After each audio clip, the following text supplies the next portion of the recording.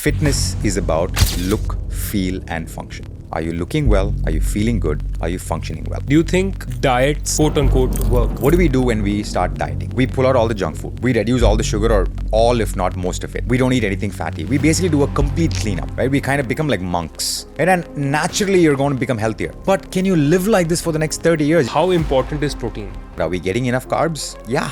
We're getting plenty of carbs. Anywhere, anything, we get enough. Fat, are we getting enough? Absolutely. Protein, are we getting enough? No. Sleep, stress, movement, and nutrition have to come together if you're talking about the next 30 years of wellness. I mean, our genes tell us, our telomeres tell us that we can live up to 120, but we have started retiring at 60. Fitness and health are not the same thing. Guys, welcome to a all new episode of Infinite Health. I have Raj Ganpath in my podcast tonight. He's a health coach and a fitness instructor. He's the founder of The Quad. We talk about so many things from fitness protocol to health and how to look good, how to function well, and how to be your own health guide.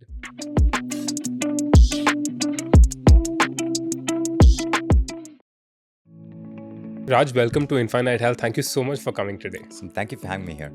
So, Raj, I'm really going to level with you. This podcast is my personal consultancy because for those who don't know, I was 155 kilos and it's something that has impacted me all my life.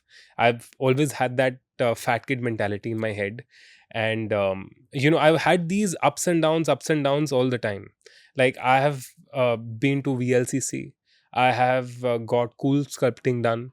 I have been to the gym. But something that I've never come around to is, and this is also my first question to you, is how do you melt belly fat? Good question. I'm sure it's a question that a lot of people have in their minds. Can't really melt belly fat, right? We want to work on it. See, the thing to keep in mind is a lot of times we are thinking about specific problems. For instance, when you say something like, I want to melt belly fat, that's like a bodybuilder saying, how can I just grow only my biceps, right? See, everything that happens in our body is systemic, right? And everything is connected. We want to reduce belly fat because that is an aesthetic problem today. Naturally, it has health concerns also. But most people want to lose weight, and we'll just talk about losing weight for a second, because I want to look good. The thing you want to keep in mind is fitness is about look, feel, and function. So anytime you're talking about fitness, you need to consider these three aspects. Are you looking well? Are you feeling good? Are you functioning well? But would you rank them in a certain way? Yes, I would. But it depends on who you are and what you're trying to do. Now, let's say I'm an athlete, or let's say I'm an actor, or I'm a bodybuilder. Looks come first. Doesn't matter how I feel. No one cares how I feel. On screen, I'm supposed to look happy and I'm supposed to look awesome, right? That is the goal. And my functioning aspect depends on what I'm doing on that role. If I'm doing an action movie, I should be able to do that, right? So look, feel, and function. But for each person, look, feel, and function varies. Now, let's say you're an engineer. Just, not someone who's on screen, nothing like that, right? So look is important because you want to feel good about yourself. Other people look at you, right? So everyone wants to look good. That's why we wear nice clothes, why we comb our hair, all that. So that amount of look matters. Feel is something that applies to everyone. And what do I mean by feel here? Being pain-free is a very simple thing that all of us need to work towards. Because if you're not feeling well, it doesn't matter how you look. It doesn't matter how you function. Quality of your life is really, really low, right? See, other things about feel is when we generally go and ask someone, how are you doing? How are you feeling? The answer is usually, I'm doing well. I'm great. I'm doing good. But is that really the truth? It's not. Right? All of us have some issues or the other. Working on that is the feel aspect of it. How are your energy levels through the day? Do you get a headache every evening? Do you suffer from indigestion all the time? Are you just impatient and frustrated when you go back home from work? All this falls under feel. Now, if you're depriving yourself of food, if you're eating hardly any food because you want to lose weight, what are the chances that you're going to be a pleasure to hang out with? Right? You're going to feel low. You're going to feel anxious, depressed. So food has a big connection because food is not just fuel, right? Food is an emotion. And today we use food for so many reasons, not simply because we're hungry. We don't eat for hunger. We eat for happiness. We eat for sadness. We eat for celebration. We eat when there's a get together, right? So many different reasons. And finally, coming to function. What is your function in life? Now, if I say I have to function as well as Bolt or Michael Phelps, It makes no sense. They're doing it because they have a reason to do it. Their livelihoods depend on it. My livelihood does not depend on it. So based on who I am and what my roles are in my life, right? I'm a dad, I'm a partner, I'm a son, I'm a friend, I'm a leader, I'm a coach. All of us play multiple roles. For each of these roles, look, feel, and function applies. So overall, what is important for you? It is important that you look as well as you need to look, as well as you need to feel, as well as you need to function. That is what fitness is for you. That is why you cannot compare your fitness with someone else's fitness. Right. That's why you can't say, I want to look like that person. Makes no sense. Right. That person's living a whole other life. If you look like that person, chances of you feeling like that person is, very low. So you need to focus on look, feel, and function. And that is the happy zone. What is that zone where you are happy with how you look, body weight, body fat percentage, all that put together? Are you feeling well in that zone? Are you functioning well in that zone? If you have 3 checks, you are fit. You'll have to continue working on it, of course, but you don't have to feel insufficient. You never have to look at another person and feel like, I wish I looked like that person. But then where do you draw a line? Because, we are so influenced by Western media. Where do you stop and say, and, like we were discussing this outside, that if you look at yourself in the mirror and say, I'm enough, this is good, this is fine. Yep. So it's a great question, and it's a hard concept to grasp. Okay. Let me try and explain this as simply as possible. See, the truth is that more is never enough. Okay, it's a loaded statement if you think about it. Because once you start looking for more, you're never satisfied. This could be with anything.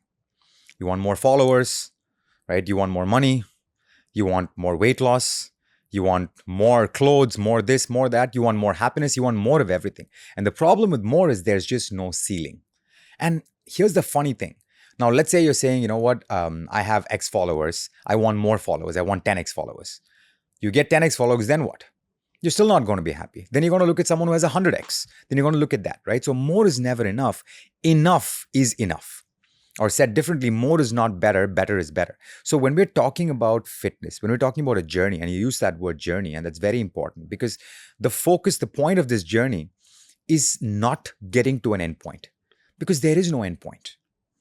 Right? When we start off with fitness or with weight loss, and we spoke about this a little bit outside also, when we think weight loss, you're thinking, I want to lose weight, which means there is a specific start and a specific endpoint. And thanks to media, all the before and after photos, that you're hoping that this will end at some point, right? But truth is that it is a journey of management, weight management, right? And that's what we need to focus on. And what I mean by saying enough is once you understand where you are happiest, which is basically the overlap of look, feel, and function, you will realize that this is where I need to be.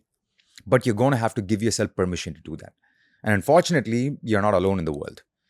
You have so much information and information that influences you being thrown at you. Right now, when you look at someone who has a six-pack and seems extremely happy, right, and well, naturally you're going to want to look like that person. So you constantly keep going for that. And you use the word media, and what happens with social media now is that one size is being glorified. And this has been happening for years, right? I mean, in every decade, there's a different fashion size sense. zero when Size Kareena zero, Kapoor yeah, came. right? Yeah, it's all there. So for today, this is the acceptable body type. So everyone wants to be that body type. And so you kill yourself trying to get to that body type when genetically it's probably not possible. And there's genetics and there's epigenetics. You have no control over genetics. You have all the control over epigenetics. So the focus needs to be on betterment. Because if you go looking for that line that you're looking for, you won't find it because there is no line. Right. It's a zone, right? And in life, in that journey, you're going to have ups, you're going to have downs. All this is going to be a part of it. And that's why, as far as weight is concerned and belly fat is concerned, all that is concerned, I like to look at that as management. It's not something that is reserved only for people who are overweight. It's not that weight loss or anything about body weight only applies to people who are overweight. If you think about it in India today, if you are not overweight and you go to the gym or whatever, the question is like, why are you doing it? You look great. You're already thin. You shouldn't be doing this. But in reality, I like to look at weight. See, your weight is a dynamic metric. That's something that we have to understand, right? It's not a static metric. Like if I ask you what your weight is right now, you're going to give me a number, and that's probably wrong because it was that when you measured it. Through the day, you gain weight, and through the day, you lose weight, right? So your weight is actually a range. This is usually about 1 to 2% of your body weight number, right? And it keeps changing. So it's a dynamic metric. So when you look at that dynamic metric, since it's not a static metric, it is important that you manage that metric, not just for the next 2 weeks or 6 months, but for the rest of your life. Now, I like to look at this as any kind of management. Now, take assets, take financial management. It's not just that only someone who's poor has to manage their finances. Everyone has to manage your finances. If you don't, you're going to go broke. So even the fittest people, even the people you're talking about who have their six packs, they also need to manage their weight. They have to make sure it doesn't go up. So once we start looking at it as weight management, then you realize that it is an ongoing process. I really feel that would be a superpower. Because that's such a fresh mindset to even think about, because we all think about getting more, like we are all a part of that social media circus, I We would are, say. absolutely. And we keep looking at these pictures of before and after of all these influencers and celebrities putting up, and then like you said, we get so influenced in order to do that I think that we give up a part of ourselves in terms of both function, feel, and looks, that that we are willing to cross that line. And I feel like if we can start changing a mindset to what you just said, it could be brilliant. But again, coming back to mindset, how can you keep someone motivated to do that? It's hard. It's not easy. But again, it all starts with a realization, right? You need to realize that you are not doing this with an endpoint in mind. See, when I started, so my journey starts with I spent all my childhood life not being fit. Okay, I was diagnosed with asthma and just acute sinusitis when I was about 10 years old. And in fact, I remember the very first time I got my asthma attack. I was a kid. I was in fifth grade, 10 years old, going for karate class. Back then everyone goes for karate class, Yeah. right? So I'm there in school, and I didn't realize that they make you run laps. Right? So they made me run laps. I went a lap again. It's a tiny ground. Yeah. The second round, I couldn't breathe. I hadn't had an asthma attack at that point. So I don't know what it is. All I realized is that suddenly I can't breathe. So you can imagine this as a 10-year-old. Suddenly you realize you can't breathe and it's scary. It's like getting a panic attack. Yeah. And so I just freeze and I sit down and I'm just wheezing, not knowing what it is. And I'm obviously embarrassed because my friends are there, my teachers are there and all that. And then I'm just looking down and I see, shoes, two shoes there. And I recognize these shoes and I look up and it's my dad. And I feel even more embarrassed because I didn't realize it was a condition. I just thought, I'm just not good enough, right? So once that happened, I realized I'm never going to be able to play. And we tried everything, right? We tried all the allopathic medication, homeopathic medication, this medicine you put in a fish and you put in your, you swallow that. Really? Yeah, there was a thing that went around. Okay. Basically, you're trying to see how can I get my son to get out of this asthma thing. And nothing really worked. So what I realized is if I played, if I ran, I'd get an asthma attack. So I just learned to live around it. Right. And as a result, over the course of many years, I gained a lot of weight. Naturally, no activity and, just food and stuff like that. So I was also, overweight when I started. So something clicked in my head. Don't want to get into the details there. But then when I got into this whole weight loss thing or fitness thing, my initial goal was weight loss. Like I want to lose weight. Right? Because for most of us, if you think about it, why do you get into this weight loss? Because someone said something. Or you notice yourself being overweight, like being bigger, or your clothes don't fit. It's one of those incidences that make you realize you need to lose weight. Or you've had a scare at the doctor's office. The doctor says your cholesterol's off the charts. You need to really take care of what you're doing, right? Stuff like that. So once that happened, how do we treat it? We're like, I'm going to fix it. So we say, okay, how can I fix it? So you go out there, it could be the web or newspapers or whatever, and you start looking, you ask people. You want to solve something, so you're naturally looking for something with a timeline. How quickly can I solve it? Now, let's say you're trying to lose weight for the first time. You come to me and, I tell you that, oh yeah, 2 months, you're done. And then you go to this other guy. This other guy says, oh, it's a lifelong process. You got to keep doing it. You're going to work with me. I said 2 months, right? So naturally, you're looking for something with an endpoint. While you start there, once you get into this, you realize that it's not that simple. And this is why you see people losing weight in 3 months. No problem, right? We know how to lose weight. All of us do. Even if there's no one to help you, if you just eat less and just start moving more, you lose weight. The problem is what happens after those 3 months. Most people gain all of that weight, if not more. But does this kind of propaganda really hamper your work in your life? In my life as a coach, Yes, because like, people come with these expectations of like, how can, like I remember a person came to my health coach and he said that like, I need to lose 10 kgs in 2 months, and he said, get out. Mhm. And, so Yeah, I'm just I look at asking this that slightly perspective. differently. I don't say it, I wouldn't say it hinders my work because this is my work. My work is to help people understand that it is a journey. Okay. The solution is simple, the realization is hard. Mhm. If I can help you realize that it's a journey of betterment, that you have to keep managing your fitness levels, managing your body weight, and it's something that you have to keep going, I'm happy there. Because making you lose weight is easy, right? And basically, I just need you to trust me and follow a diet plan. And that's the thing with diets, right? Every diet works. Every single diet works. Because what is a diet? A diet is essentially a set of restrictions that's meant to help you reduce the amount of food that you're eating. That's it. Any diet. A low carb diet does this by reducing the amount of carbs you eat. Hmm. A low fat diet does it by reducing the amount of fat you eat. Paleo diet does it by, having you not eat any grains.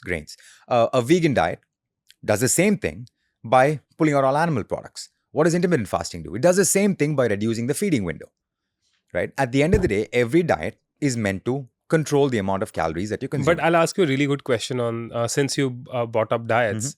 Do you think diets, quote unquote, work? That's the thing. Diets work for what they're meant to do. If you want to lose weight in 2 months or 3 months and you pick a diet and you stick to it, you will lose weight. A diet is not meant to work for you through your life. It is on you to find something that is sustainable for the rest of your life, right? So basically, like I said, a diet, the purpose of a diet is to reduce the amount of calories that you're consuming.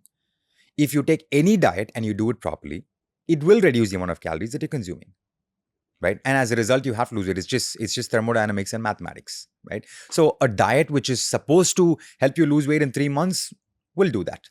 There's no whether it will or not, because at the end of the day, it's just mathematics. You're eating 2,000 calories now. This diet is going to make you eat 1,500 calories. So you're creating a calorie deficit of 500 calories every day. In a week, you'll lose a pound, so to speak. Right? It's obviously not exact, but you know what I mean. Right? But the problem is what happens at the end of the diet. So usually what happens is, even with respect to the belly fat question, when we get started, we are eating, pardon me using this word, but rather recklessly. Usually, right? We eat whatever we want to eat and whenever we want to eat and how much ever we want to eat, right? That is normal eating. And that was fine up until about 50 to 100 years ago, because food was not available in abundance. Finding food was hard. Finding comfort food was even harder. Finding packaged food was even harder, right? So even if you ate through the day whatever you want, you probably ate, rice, wheat, vegetables, meat, dairy. That's all there was there. Today we live in an age of abundance. If you say, I want to eat whatever I want, whenever I want, how much ever I want, you're doomed. Because you can get whatever you want whenever you want. You want ice cream, you can get at 3 a.m. You want pizza, you can eat for breakfast. Right? So abundance is the problem today. So when we end up being a little mindless about what we eat, we gradually end up gaining weight. And this is why the population's weight has gradually risen up over the years. Now, for you to be able to combat this, there is honestly speaking only one way, and it's not a diet. The answer is being mindful. You need to know what to do at any point of time. And this is knowledge that you have to gain. Part of it is theory, sure, but most of it is experiential. You learn because you eat different food, I eat different food. But at the end of the day, you're eating protein, protein, carbs, and fat. I'm eating protein, carbs, and fat. It's just in a different form. No, I think this is a super point. Mindfulness, I feel, is the most important thing, because I think, like you said, we do eat recklessly, Mhm. or even in the reverse, when we are not eating, we Mhm. also do not eat recklessly, in the Correct. sense that when we are dieting, we will just remove everything from our diet, Exactly. irrespective. Yep. But, I'm just thinking out loud, like in terms of the conversation we're having, and it just brings me to a point that, like, I'm surrounded by so many people who are thin. but they eat extremely unhealthy food. Mhm. How dangerous is that? Because, like, when you see a fat person in the mirror, at least you know the devil. Exactly. It's a known devil. Yep. But when you see a thin person who's eating whatever garbage they want to and they don't see it, like they feel that they are entitled to eat those things Yep. because they say that, oh, it does not impact me. Yep. That's a And wonderful point that you make. suddenly, like 30% of the population below 40 is having heart attacks. Yep. No, you make a great point, because I would rather be the person who gains weight from eating junk than be the person who doesn't. Because what the reason is, there's a feedback mechanism, right? If I'm eating junk and if I'm overeating it and if I'm gaining weight, I can see it. So I can make changes. If I don't see it, how am I going to make changes? The only way for me to find out is if I test my blood. And how often do people do that, right? So it is certainly dangerous. But again, it comes down to dosage. Right? So the fact that you're not gaining weight could be because you're not consuming enough junk, or it could be an absorption issue, right? We don't know yet. But honestly, the reason that we gain fat is a survival mechanism. Right. From Of back in the course. day. I mean, genetically, I would say that, storing fat is actually a good thing. Absolutely. Because we had famine and floods, and in Yep. those times, I mean, your fat would have preserved your body. Having a lower body fat percentage is actually detrimental to Absolutely. an average human being, like say Absolutely. 50 years ago. Make no mistake, if we did not develop fat storage, we would not exist today. Right. Right? Today, to be very honest, majority of the population, I'd say, has arrived to a point where you have an abundance of food. That's the problem. The problem is you're trying to eat less. You have too much. For majority, 99% of human history, this was not the case. We didn't have enough food. We were solving the problem of scarcity. Right? And the body is still solving a problem of scarcity. Your body is still storing fat because it feels, oh my God, I don't know when you're going to get your next meal. So I'm going to store all the excess. It doesn't just, shove it out. No, fair enough. But while we are on this topic of food, something that I really want to bust in terms of different myths is protein.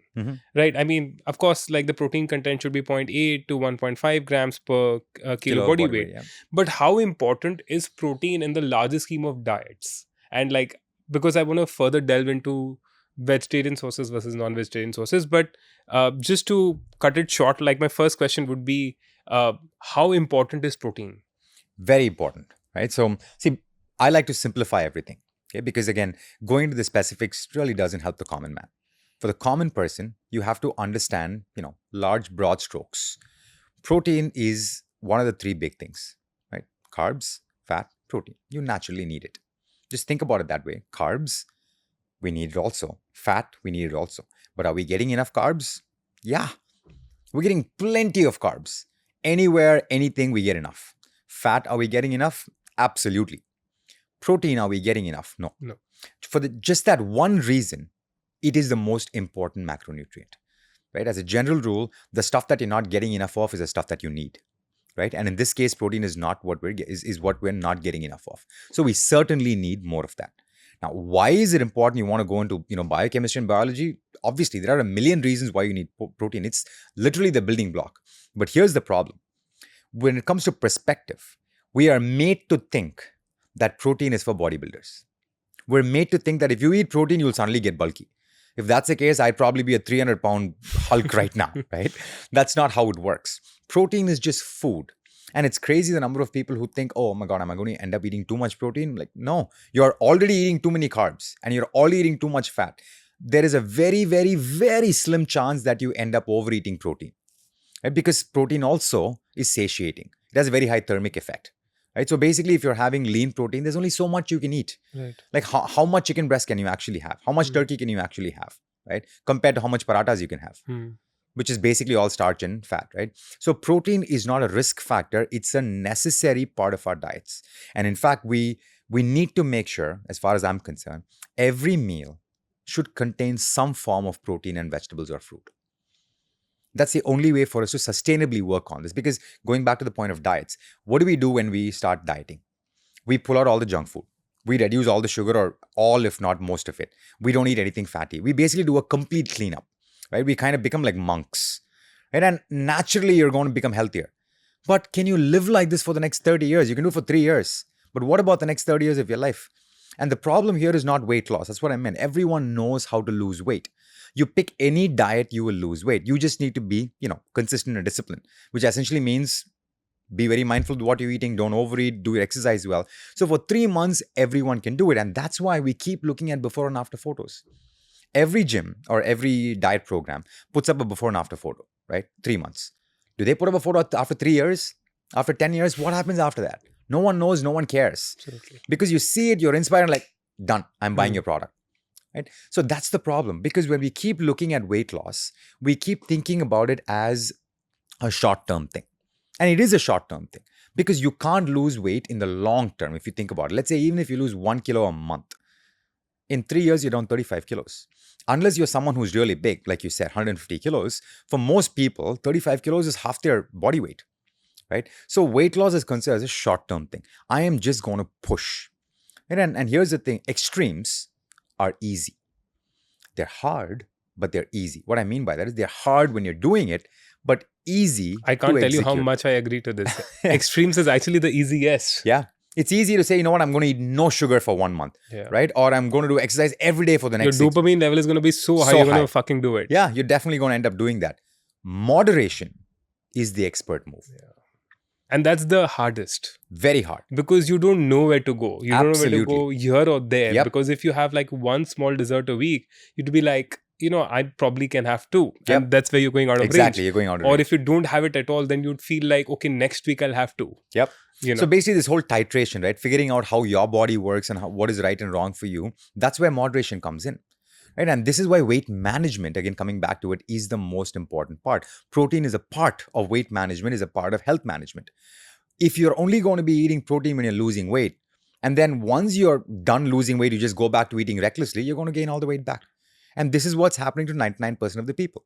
And when I say 99%, I'm being generous. It's actually way more than that. Right. If I'm not wrong, it's only 5 out of 1,000 people who even maintain the lost weight 5 years from the time they've lost it.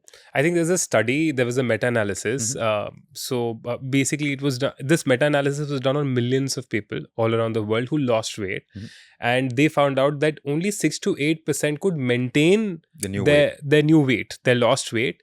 And out of those 6 to 8%, there were 5 to 6% of them which were actually regularly working out.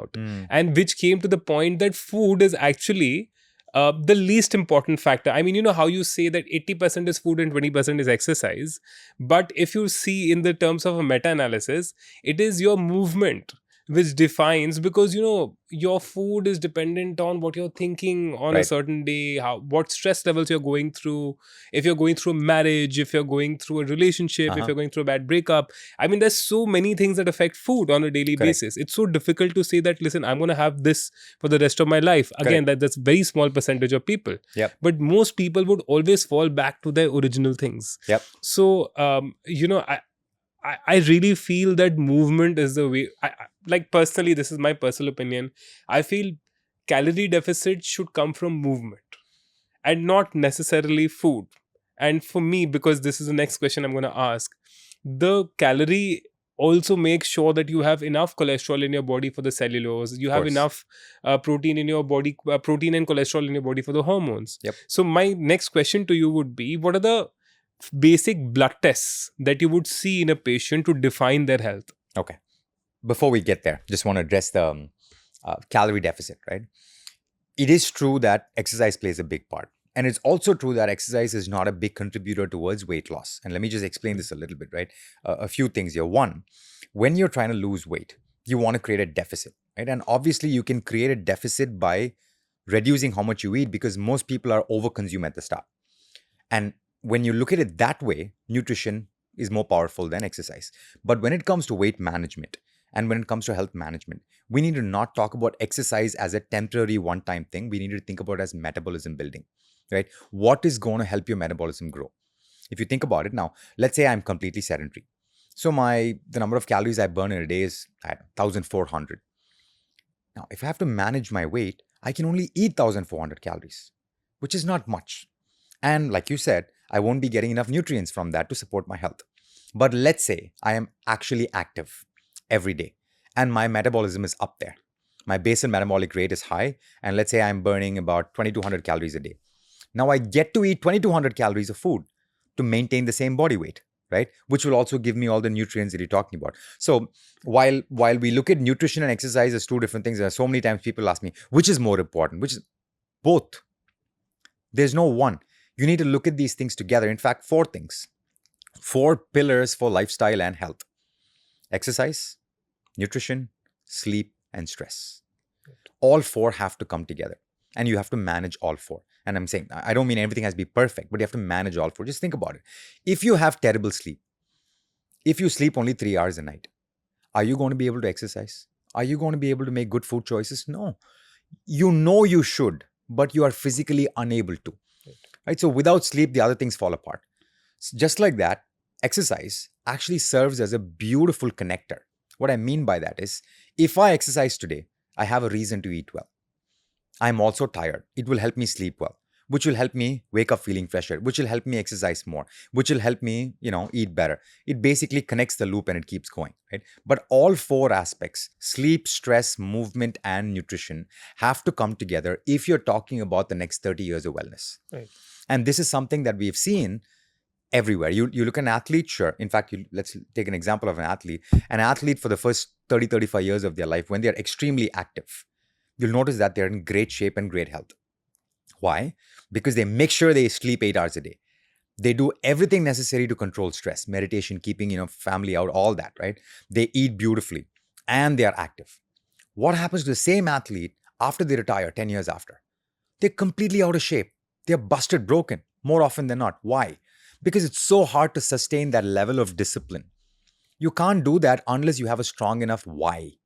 And their why for the first 30 years of their life was that, well, this is my life. I am an athlete. I have to do this. Once you remove the purpose, everything's gone. Right. Now, you think about people who are living in blue zones, right? People who live over 100. We've identified that in so many parts around the world. What are the things that are common to them? They are active. They're active through the day. Not necessarily because they are exercising, but their life itself is moving active. around. They're moving around all the time. They have to do physical labor. They have to climb mountains, whatever. They are sleeping well.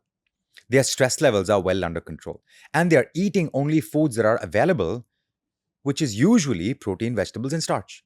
No junk, no comfort food, nothing like that. And they do eat sweet. They do eat all these things, but it's more, locally occasional. available berries and stuff like and that. It's every once in a while. It's not like, they're ordering some kind of brownie for breakfast, from a restaurant. They're not doing that. Yeah, of course. So at the end of the day, all four aspects have to come together. So for weight loss, you certainly have to focus on nutrition. And the reason they say that is because exercise for a lot of people is exciting. It's a part of that extreme that you're talking about, right? Someone who's never done exercise starting to run, they feel like, okay, I'm putting in the effort, right? And I only have to do it once a day. But food, I have to do it 3 times a day. I have to control myself 3 times a day, and I can so easily overconsume whatever I burnt during exercise, right? It takes you an hour to burn 600 calories. It takes you 5 minutes to eat that. So both are important, and both have to be fit into that equation. So I think the parts that are right now, fitness and nutrition, or movement and nutrition, yes. Sleep and stress, people don't pay attention, not enough. It's a matter of time before more and more and more people start focusing on this, because without one, the others don't work. You brought up the very good topic of blue zones, because I love that topic, because it it relates to anti-aging, and it's been a large part of my research and my life in order to biohack something. I mean, we will talk about that in detail, but something that you brought up was defining something, right? And I think it's so important to define what you want. I think most people can't. Like, how you say that, oh, I want to be rich. How rich? Like, I want to do that. Like, what do you want to do exactly? So how important do you think is purpose in this scheme of living a long life? Because I mean, our genes tell us, our telomeres tell us that we can live up to 120, but we have started retiring at 60.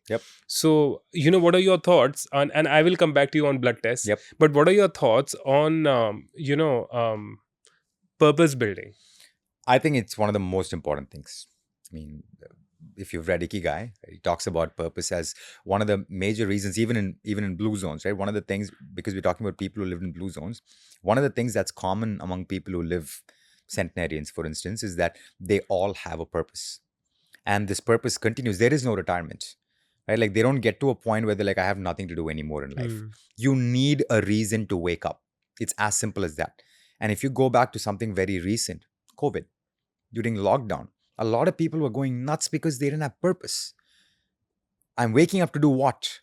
What am I even doing? And that causes so many, mental health problems. The thing that keeps me going and keeps a lot of people going is purpose. For me, purpose is one of the cornerstones of life, not just fitness. If you don't know what you're doing, you are perennially going to feel lost. No, absolutely. In fact, I believe in this so personally that, I mean, one of the reasons why I made anti aging and biohacking as a part of my research and my life is because I never want to retire. Mhm. Because I always want to keep working towards biohacking and anti aging. Because if I can't live up to 100, Mhm. then my research has failed for Yep. me and on a personal level. Mhm.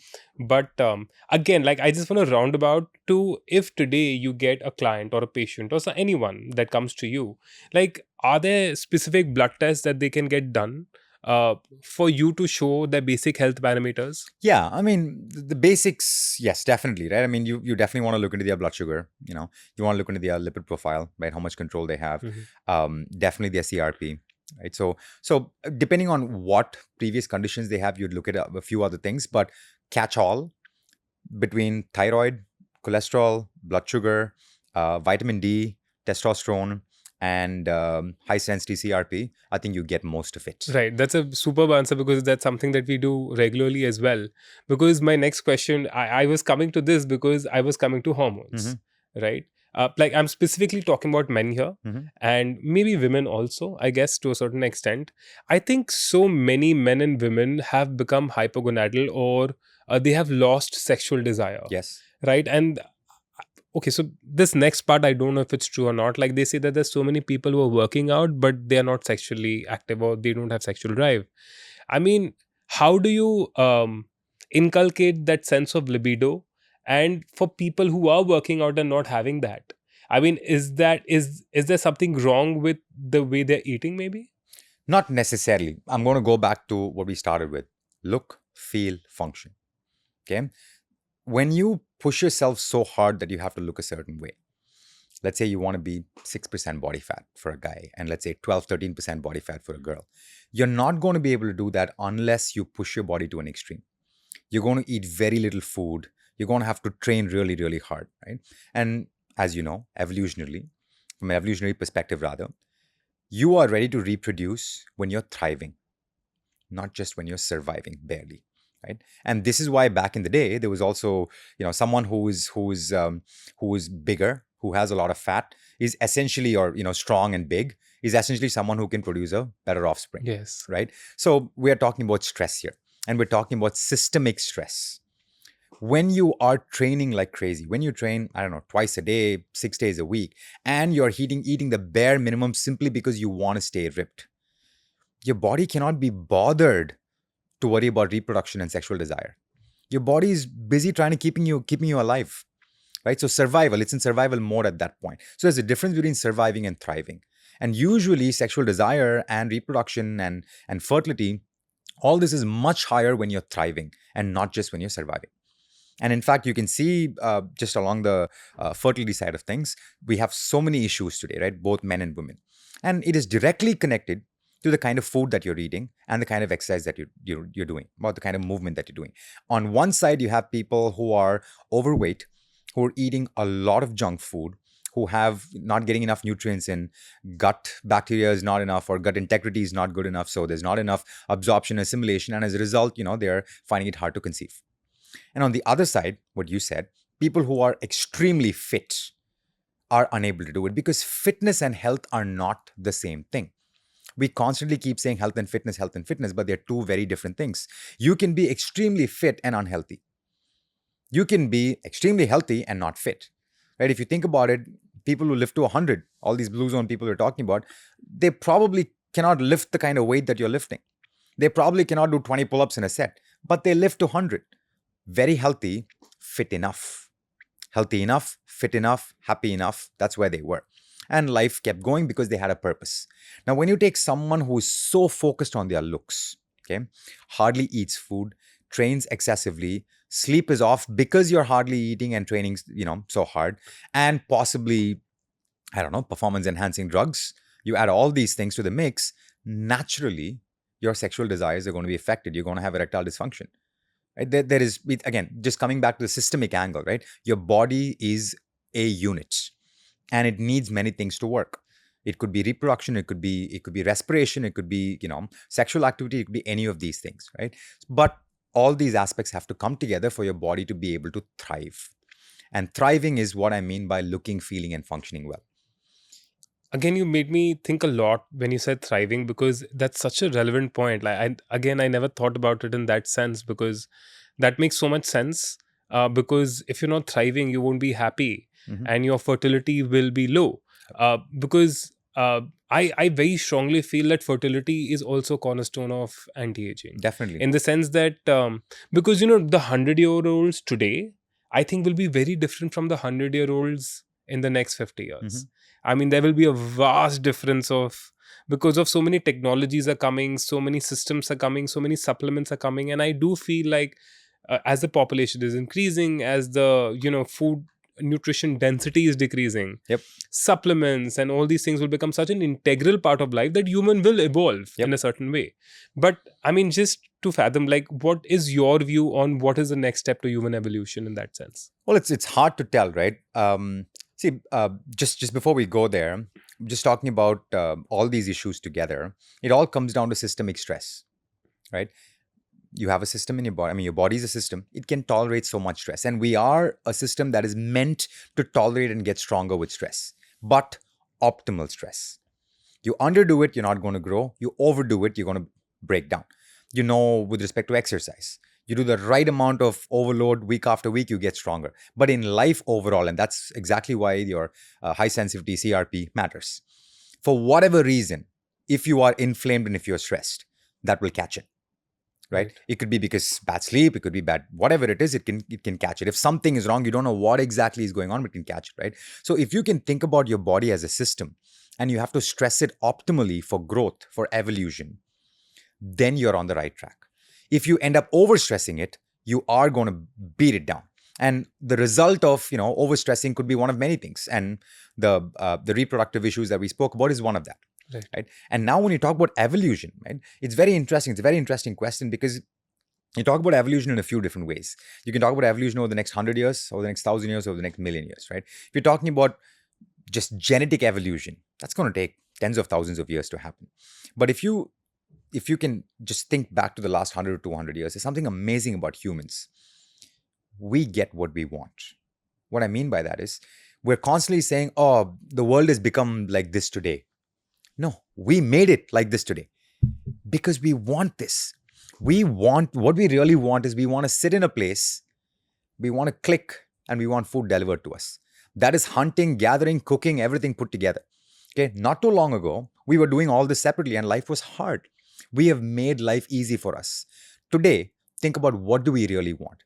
From a fitness perspective, we want to be in shape without exercising, without making any, major compromises to our food. We want to do that.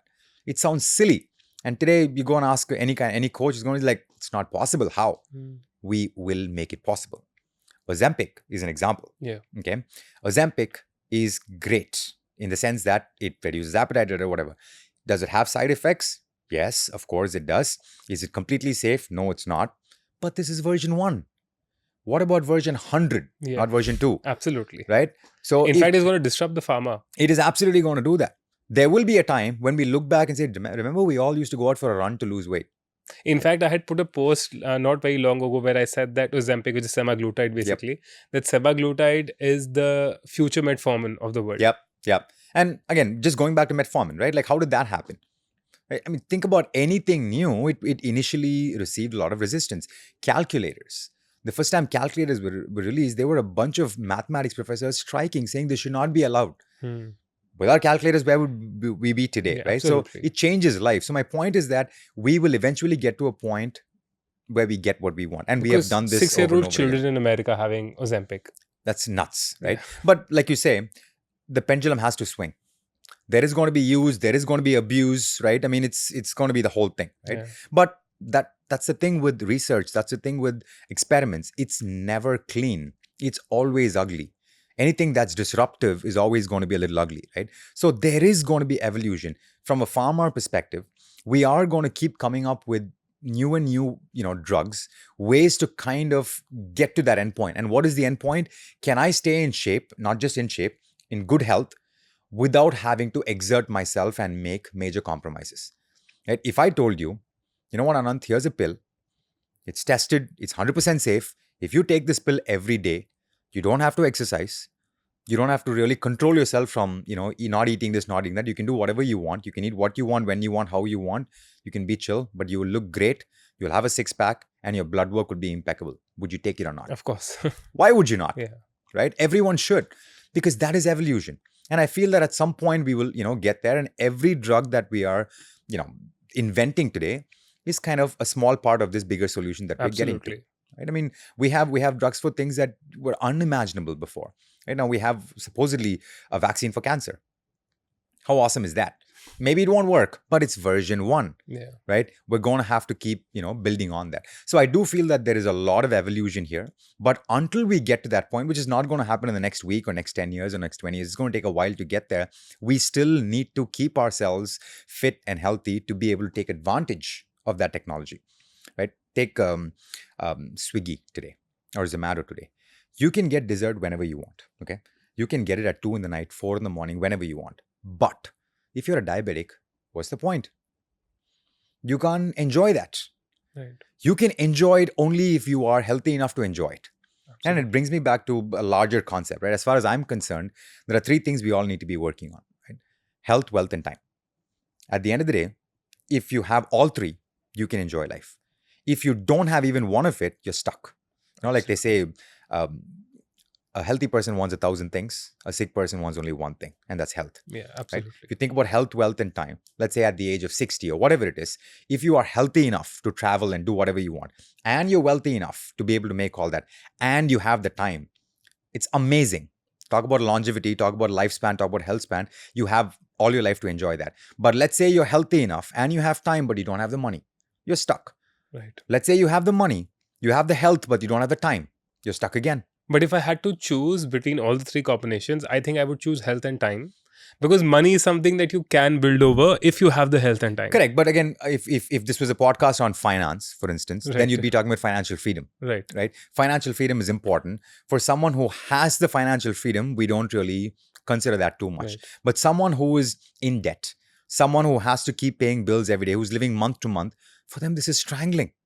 Right. So you need to have the freedom to spend, but you also need to have the health and the wealth and the time to be able to do all this together. Right. So with that in mind, a lot of us are working towards financial management. But health, what do? We only take care of it when we need to. When something's wrong, that's when we take it. We don't manage it. We don't prevent it. Right. And if you think about it from an industry perspective, the way I like to look at it is there are 3 big industries here. There's the food industry, there's the fitness industry, and there's the healthcare industry. The food industry is thriving, okay, and it will continue to thrive. It will keep making amazing foods. Think about it. I mean, when we were younger, the only biscuits you got were Good Day biscuit was a big deal. Britannia. Right, Britannia, right? Today you have like a triple stuffed Oreo cookie. How amazing is that? And that's the thing. We will all indulge. We will all participate in what the food industry has to offer because it's part of life. It's enjoyment. Now, if you are participating in this, if you're indulging in this, and if the food industry is growing, you have 2 options. Option 1, you can participate in the fitness industry and take care of yourself. Or if you choose not to do that, you pay the healthcare industry. It has to be one of the other. It has to be one of the other. Yeah. That's very true. Right? So if you can be smart about this and you say, you know what, I'm going to enjoy the food industry. I'm going to make the fitness part a part of my life, and I'm going to use the healthcare industry to do the testing, longevity, hacking and all that. Then you get the best of all 3. Then you can be someone who's fit, who can enjoy whatever the food industry keeps coming up with, and you have a healthy relationship with the healthcare industry. If you ignore one of the 3, it's trouble. Let's say you ignore the food industry. I mean, your life is going to be really sad. Yeah. Right? All your friends are going to have a great time and you're going to live like a hermit. That's not going to happen. If you ignore the fitness industry, you are going to be sick. You're not going to be able to have a healthy relationship with the healthcare industry. You're just going to be admitted in the hospital, constantly having pills and seeing doctors. That's not fun either. Right? At the same time, you can't ignore the healthcare industry either. So you're going to have to find a way to work balance with all 3. of that. Yes. Right. And if you can figure that out, if you can understand that, once that realization comes in, you realize that I have to manage my weight, manage my fitness, manage my health, then you're sorted. something I have to ask is, fitness shouldn't be sexy, because I'm someone who's been fat all my life and someone who's body shamed myself so many times. Whenever I used to go to the gym, especially in the beginning, it used to feel so overwhelming. Yep. Like, do you feel like because this whole concept of fitness being sexy in the gym has become so profound that when people go, it restricts them from working out? Definitely. And this is something I feel very strongly about, right? The hidden message today is fitness is for fit people, right? So the equipment that's been released, the new programs that are out there, the kind of clothing that it all kind of has a secret message saying you have to be fit to use me, kind of thing, right?